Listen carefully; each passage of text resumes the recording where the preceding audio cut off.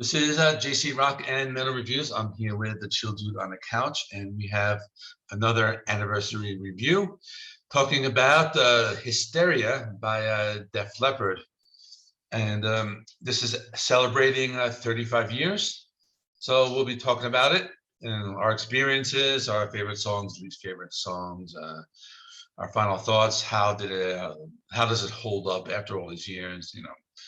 What do you feel like?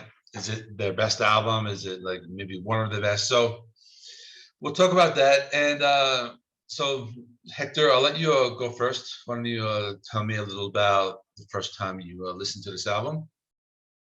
Well, actually, the first time I listened to this band was actually in the Last Action Hero soundtrack. Oh, cool. They had a song. Yeah, What? they had a song there, Two Steps Behind. Oh, yeah. And after that, because in the 80s, I really listened to whatever my parents played. Yeah. And I didn't watch that much on TV, so I'm more of like a 90s thing. But I listened to that song, and then I think there was like a greatest hits or an album called Bolt. And that's where I went back to, and then I started listening to Hysteria. So my favorite like memories of this album is like listening to it and thinking how great did it sound. Yeah. Obviously, then I read about Mutt Lange and his production style, how he like basically made them do like 100 takes of the songs. But you can, like, to this day, I was listening to this yesterday, and it's a great sounding album sonically. Obviously when you hear it, it sounds 80s. Yes. You think it's a little bit dated to that time, but it sounds great. Also, it's impressive that this was the first band where they had the special drum kit for the drummer. Yeah. When he lost his arm. So it sounds very fresh. I think this could easily, they could call this, instead of Hysteria, Def Leppard's greatest hits. Because it's almost plays like a greatest hits record. So yeah, I got this on vinyl because, this is an amazing album. I'm going to show the inside. Here we have them, when they were all like super young looking, except, well, the only one who looks better is Phil Collins. Like, yeah, that guy goes to the gym. Yeah, so is that a 2-disc? Yes, this is a 2-disc. The 2-disc version, yeah, because I know 180 grams. There's a 1-disc version that it sounds very compressed because this was like a long album. I think it's like over an hour long. Yeah, it's over an hour. I think it is over an hour long. Yeah, it might be over an hour. And I know there's one version of the vinyl where they tried to like fit everything on like one disc. It's an hour and 2 minutes. Yeah. And then, and I know like some people in the vinyl community have that edition, which is kind of like hard to come by, but it doesn't really sound as good because it's like very compressed. But yeah, I think it's better when you have a long album to have it in more than one disc, because it especially an album that is known because of it just sounds great. You can hear every instrument clearly. With vinyl, it's better to have 2 discs. Yeah, and also another thing about this band and this album that earliest memories is I really thought they all sang together, like in chorus. Great, not many bands could do the choruses like you have. If you listen to a Def Leppard chorus, like it stays in your head. It's that catchy. So those were my earliest memories. I didn't listen to this album when it came out, so to me it was later on that I discovered it through the power of a soundtrack. Okay, that's cool. Okay, for me, for those of you who watched the recent Guns N' Roses Appetite for Destruction anniversary, which was on his channel, I'm pretty much going to tell the same story because this was an album, one of the albums that was like my gateway of getting into heavy metal. I kind of went from like this album and Appetite, and then I moved on to Metallica and Iron Maiden. And when I was a senior in high school, I used to drive back and forth. This album was like always like in my cassette deck. And it was cool because my drive was like maybe like 30 minutes. So I would always like listen to one side of the cassette on my way home. And, like one side on my way to school, one side on my way home. And this is why these songs I just know very well. I I agree with the sound. I think they did turn like this tragedy into something great with Rick Allen losing his arm, because the drum sounds like really good, because it's a different, like, unique drum sound. It doesn't sound like a traditional drum kit.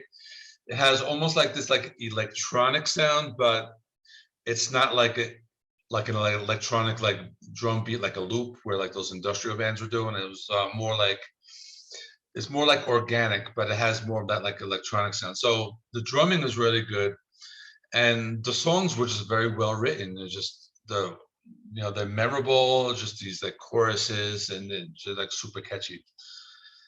This is one of the few albums that had I think like the first 6 songs were all singles, if I believe. That's how it worked out. I think it was like the first 6, right? Well, It it was like started. Women, Animal, Armageddon, It, Pour Some Sugar on Me, Love Bites. I'm not sure if I'm reading in order, but Yeah, the first song was Women. Women. I don't think that was a single. Okay, maybe not, but I do But the remember other one, reading. Rocket, Animal, Love Bites, Pour Some Sugar on Me, Armageddon, It, all singles. Yeah, so tracks 2 through 6 were all singles. Now I think they this had one, 6 singles on this even like album. the rest of the album is very good. So I'll let you talk about that a little more. Favorite songs, least favorite songs. Are there any weak tracks for you, or? So yeah, talking about favorite songs, obviously I knew all the singles before I listened to the album because they were all on the Greatest Hits album. But actually, Women, that's the album opener. It's actually pretty good. Yeah. Yeah, I don't know if that should have been the album opener though. It's good, but like I could have started that album with another song, but yeah, but it is a great song. Another one that I don't know if it was a single, but I think it's really good is Gods of War. Yeah. It's a little bit different, and also it has that great chorus like "We're fighting for the gods of war." Yeah. It stays in your head. Pour Some Sugar on Me. It's a classic that I love, even though I've heard it so many times now.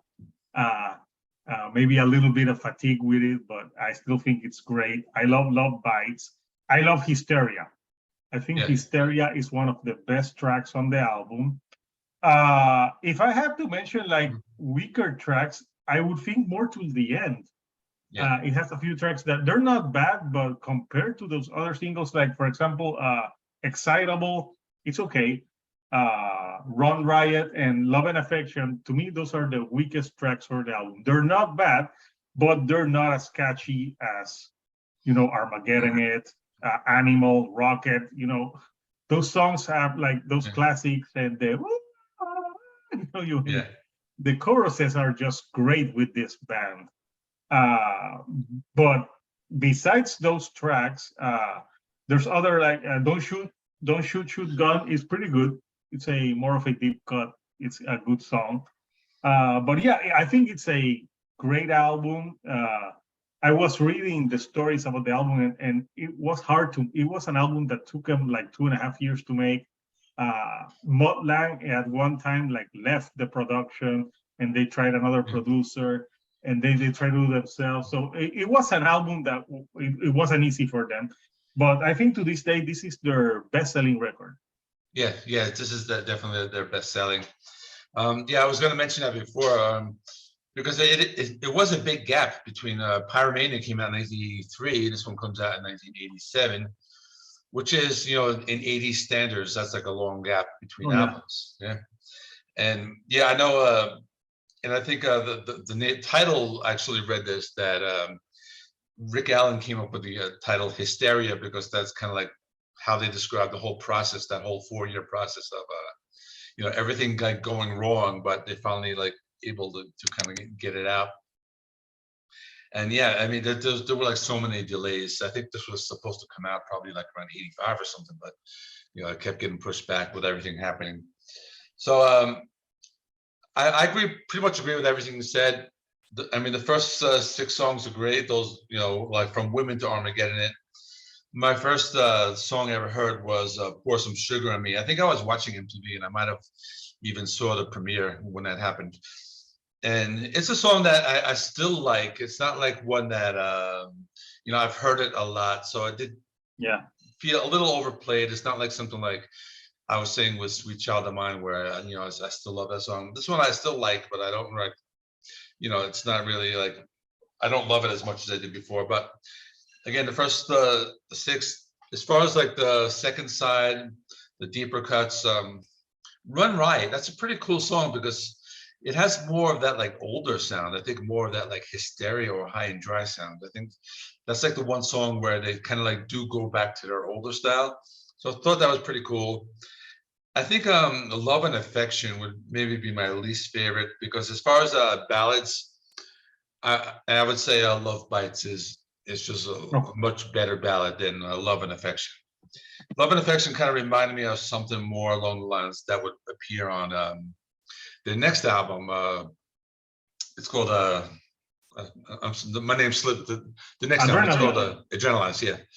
Adrenaline. "Love Yeah. and Affection" seems like something from like that album, but again, I think it's just a solid album.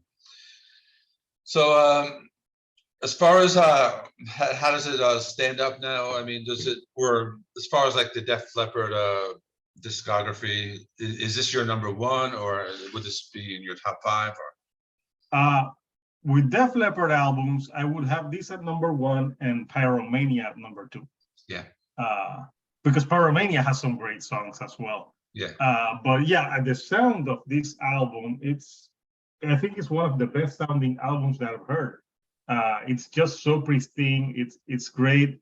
I think it obviously sounds dated. It sounds like it's from the 80s, but what do you expect? It came out in 1987, but it still sounds great. If they put this album out right now, I don't know if it would be successful as it was back then, but I think people would say that it sounds great. yeah, But yes, I think it is the band's best album. It has little filler, there's some less memorable tracks, but really there's like yeah. the ones that are really good. They're like great, like greatest hits type of like. Yeah. If you get a Def Leppard greatest hits, I think half the songs are from this album and Pyromania. Yes, yes, there would be. Yeah. They're almost all, and they sound great. I love Bites. I think it's a great power ballad. Like I really love it. And to me, from the bands of the 80s that played this style, I think these are the best. Sorry, Poison. Sorry, all the Motley Crues, but this is the best band from this type of rock from the 80s still. And I haven't went to see that tour that they're playing, but they should be fucking headlining. Yeah, Because not Motley Crue. no, they should. They're still at the top of. They're still. Who's the headliner? Motley Crue? It's Motley Crue. I think Yeah. it's Motley Crue, Def Leppard, Poison, and Joan Jett. Yeah, Def Leppard should be headlining. Oh, yeah. Def Leppard should be headlining because, number one, we're getting off topic. That's fine. They have put out a recent album. Yes. Motley Crue hasn't put out an album in 10 years.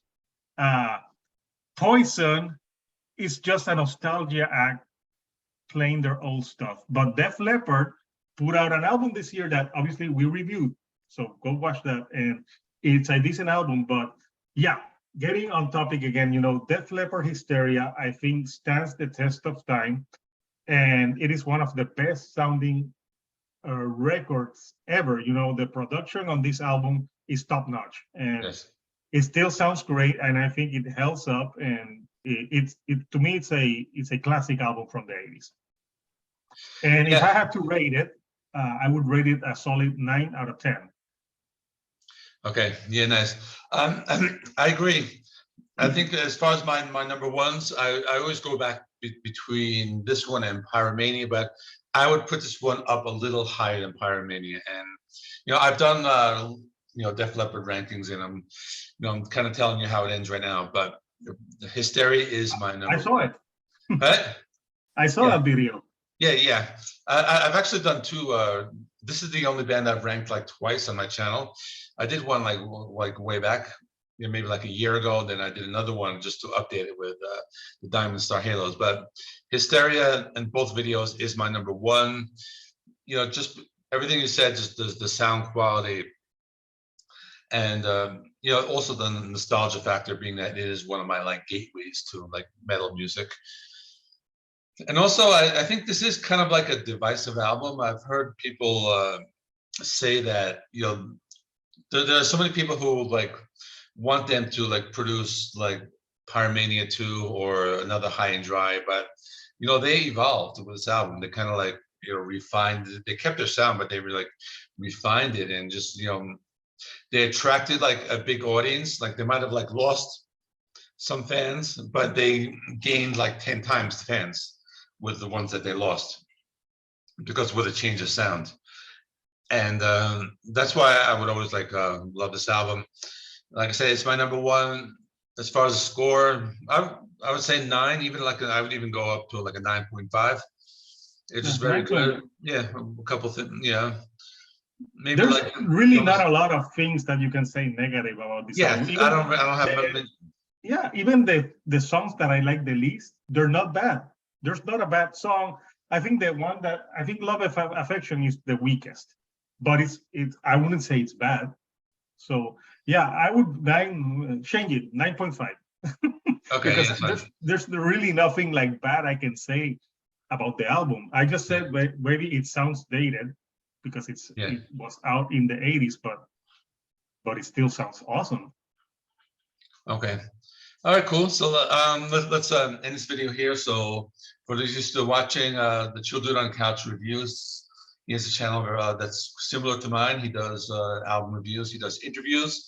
If you haven't subscribed, give him a sub. I'll put a link to his channel in the video description. And that is all. We have a couple of other collaborations lined up. Some will be on his channel. Some will be on the Green Man's channel. So you can look for those. I will be posting them, on my community tab as they are premiering. So that is all, everybody. Thanks for watching, and we'll see you in the next one. Bye.